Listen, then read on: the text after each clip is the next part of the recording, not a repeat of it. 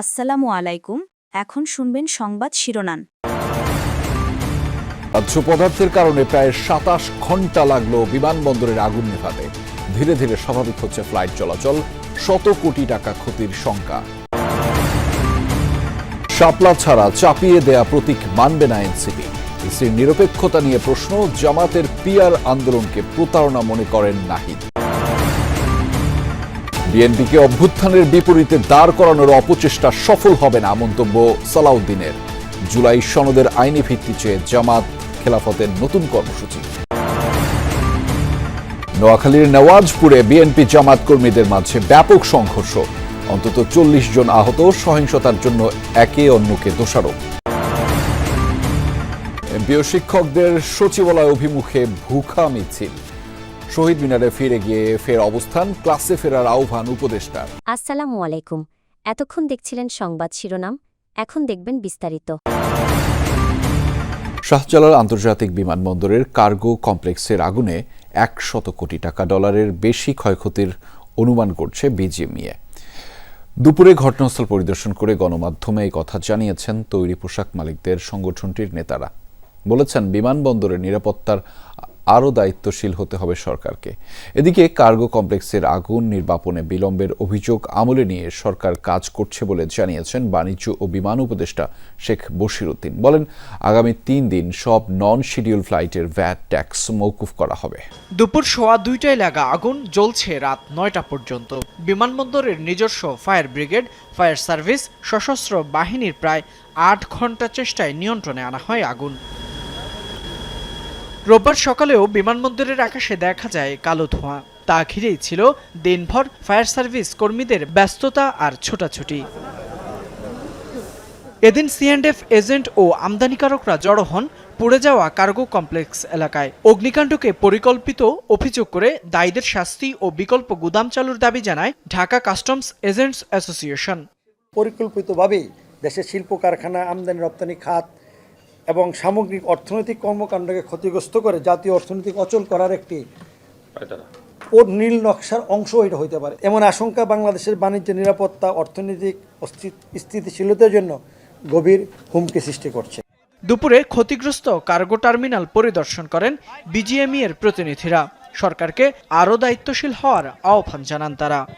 কতটা ভয়াবহ ভিতরে গিয়ে আমরা বুঝতে পারলাম যে ব্যাপারটা ভীষণ একটা খারাপ অবস্থা। ভিতরে আমাদের কতদিন লাগবে আমরা ঠিক জানি না, 15 থেকে 1 মাস লাগবে এটাকে আবার ব্যাক করার জন্য। একই সময়ে ঘটনাস্থল পরিদর্শনে আসেন বাণিজ্য ও বিমান উপদেষ্টা শেখ বশিরউদ্দিন। বলেন, আগুন নির্বাপনে বিলম্বের যে অভিযোগ আসছে তা আমলে নিয়ে কাজ করছে সরকার। 30 সেকেন্ডের মধ্যে আমাদের নিজস্ব অগ্নি নির্বাপন যে সংস্থা রয়েছে তারা আগুনকে অ্যাপ্রোচ করেছে। নোয়াখালীতে বিএনপি ও শিবির নেতাকর্মীদের মধ্যে ব্যাপক সংঘর্ষ হয়েছে, এতে আহত হয়েছেন অর্ধ শতাধিক। বিকেলে সদরের নেওয়াজপুরে ইউনিয়নের কাশেম বাজারে এই ঘটনা ঘটে। সংঘাতের জন্য একে অন্যকে দুষছে দুপক্ষ। এলাকার পরিস্থিতি বর্তমানে থমথমে। নোয়াখালী সদরের নেওয়াজপুর ইউনিয়নে দুদিন ধরেই উত্তেজনা চলছিল বিএনপি ও শিবির নেতাকর্মীদের মধ্যে। রোববার বিকেলে সংঘর্ষে জড়ায় দুপক্ষ। কাশেমবাজার এলাকায় দফায় দফায় চলে মারামারি, আতঙ্ক ছড়ায় আশেপাশের এলাকাতেও। স্থানীয় বিএনপি নেতাকর্মীদের অভিযোগ, কাশেমবাজার জামে মসজিদে রাজনৈতিক কর্মকাণ্ড চালাচ্ছে শিবির। এর প্রতিবাদ জানালে হামলা চালায় সংগঠনটির নেতাকর্মীরা। এতে 30-35 জন নেতাকর্মী আহতের অভিযোগ বিএনপি নেতাদের।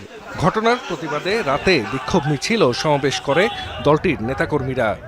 মসজিদের ভিতরে রাজনীতি করতে গেছে, সন্ত্রাসী করতে গেছে, মসজিদ নিয়ে ব্যবসা করতে চায়, ধর্ম নিয়ে ব্যবসা করতে চায় যারা, আজকে তাদের বিরুদ্ধে প্রতিবাদ করার কারণে আমাদের প্রায় 30 থেকে 35 জন নেতা কর্মীকে আহত করেছে। প্রশাসনকে বলবো অনতিবিলম্বে তাদেরকে গ্রেপ্তার করে আইনের আওতায় এনে তাদেরকে শাস্তি দেওয়া হোক। অন্যদিকে শিবির নেতাদের অভিযোগ, কাশেমবাজার জামে মসজিদে তাদের সংগঠনের আয়োজনে দারসুল কোরআন প্রতিযোগিতায় শনিবার স্থানীয় যুবদল নেতার নেতৃত্বে হামলা চালানো হয়। এর প্রতিবাদে রোববার ওই মসজিদে একই অনুষ্ঠানের আয়োজন করে শিবির। আসরের নামাজের পর সেখানে বিএনপি নেতাকর্মীরা হামলা চালায় বলে অভিযোগ শিবির নেতাদের। এ ঘটনায় অন্তত 45 নেতাকর্মী আহতের দাবি তাদের। দারসুল কোরআন শুরু করেন, আলোচনা শুরু করার 30 সেকেন্ডের মধ্যে পিছন দিক থেকে জিয়ার সৈনিক বলে সেখানে বিএনপির এবং তাদের সহযোগী যে অঙ্গ সংগঠনগুলো ছিল সেই সহযোগী অঙ্গ সংগঠনের নেতৃবৃন্দরা সেখানে তারা চারদিক থেকে হামলা চালায়। শাপলা ছাড়া চাপিয়ে দেয়া কোনো প্রতীক মানবে না এনসিপি। প্রতীক পছন্দের শেষ দিন কমিশনের সাথে আলোচনা শেষে কথা জানিয়েছেন দলটির দক্ষিণাঞ্চলের মুখ্য সংগঠক হাসনাত আব্দুল্লাহ। ইসির আচরণ কার্যক্রমে মধ্যযুগীয় স্বেচ্ছাচারিতা দেখা যাচ্ছে বলেও অভিযোগ দলটির। এই কমিশনের অধীনে আদৌ সুষ্ঠু নির্বাচন হবে কিনা তা নিয়েও জানানো হয় শঙ্কা।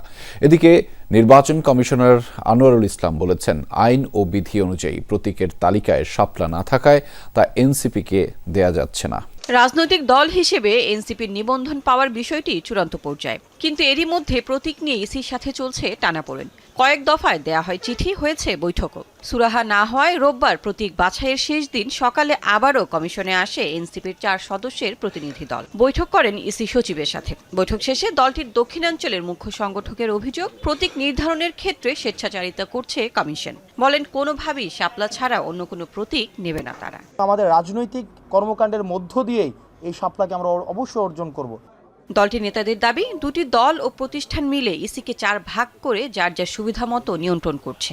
বিভিন্ন কার্যক্রম, প্রকল্প নিবন্ধনে দুর্নীতির আশ্রয় নিয়েছে ইসি। আছে স্বজনপ্রীতির অভিযোগও। অদৃশ্য শত্রুর হাত থেকে ইসিকে মুক্ত করার কথা বলেন তারা।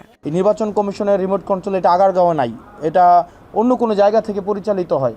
আমরা যখনই তাদের সাথে কথা বলি মনে হয় এই ডিসিশনটা এটা তারা নিজেরা নেয় না। তাদের এই আচরণে আমাদের কাছে মনে হয় না যে তারা একটা সুষ্ঠু নিরপেক্ষ একটা নির্বাচন তারা পরিচালনা করতে পারবেন। নির্বাচন কমিশন যেন এমন কোনো স্বেচ্ছাচারী সিদ্ধান্ত না নেয় যাতে করে নুরুল হুদা কমিশনের মতো বা নুরুল হুদার মতো পরিণতি হয়। তারা এই গনিমতের মালগুলা রেখে গিয়েছিল, সেই গনিমতের মাল উপদেষ্টা, বিএনপি, জামাত সবাই গনিমতের মালগুলো ভাগ করে নিয়েছে। রাষ্ট্রের বর্তমান যা অবস্থা, এই ইলেকশন কমিশনও তারা গনিমতের মাল হিসেবে ভাগ করেছে। বিএনপিকে জুলাই গণঅভ্যুত্থানের বিপরীতে দাঁড় করানোর কোনো চেষ্টা সফল হবে না বলে মন্তব্য করেছেন দলটির স্থায়ী কমিটির সদস্য সালাউদ্দিন আহমদ।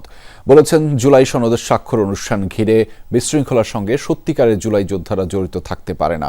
রাজনৈতিক দলগুলোর প্রতি আহ্বান জানিয়েছেন আংশিক বক্তব্যের বিভিন্ন অপব্যাখ্যা দেয়া থেকে বিরত থাকার।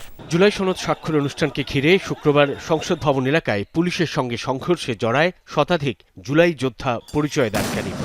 এখানে জুলাই যোদ্ধাদের নামে কিছু সংখ্যক উচ্ছৃঙ্খল লোক ঢুকেছে, সেটা ফ্যাসিস্ট সরকারের ফ্যাসিস্ট বাহিনী বলে আমি মনে করি। শনিবার জিয়া উদ্যানে এক অনুষ্ঠানে গণমাধ্যমের মুখোমুখি হয়ে বিএনপি স্থায়ী কমিটির সদস্য সালাউদ্দিন আহমদ বলেন, জুলাই যোদ্ধাদের নামে সেদিন কিছু শৃঙ্খল লোক বিশৃঙ্খলা সৃষ্টি করেছিল। জুলাই সনদের আইনি ভিত্তি দিতে রাষ্ট্রপতির আদেশ ও গণভোট, পিআর পদ্ধতি, লেভেল প্লেয়িং ফিল্ড নিশ্চিত সহ 5 দফা দাবি বাস্তবায়নের 4র্থ ধাপে কর্মসূচি ঘোষণা করেছে জামায়াতে ইসলামী, ইসলামী আন্দোলন, খেলাফত মজলিস এবং বাংলাদেশ খেলাফত মজলিস সহ সমমনা রাজনৈতিক দলগুলো। দুপুরে জাতীয় প্রেস ক্লাবে এক সংবাদ সম্মেলনে ঘোষণা দেওয়া হয়। খেলাফতে মজলিসের মহাসচিব আহমেদ আব্দুল কাদের 23 অক্টোবর রাজধানীতে, 25 অক্টোবর বিভাগীয় শহর এবং 27 অক্টোবর জেলা শহরে বিক্ষোভ মিছিল ও সমাবেশের ঘোষণা দেন।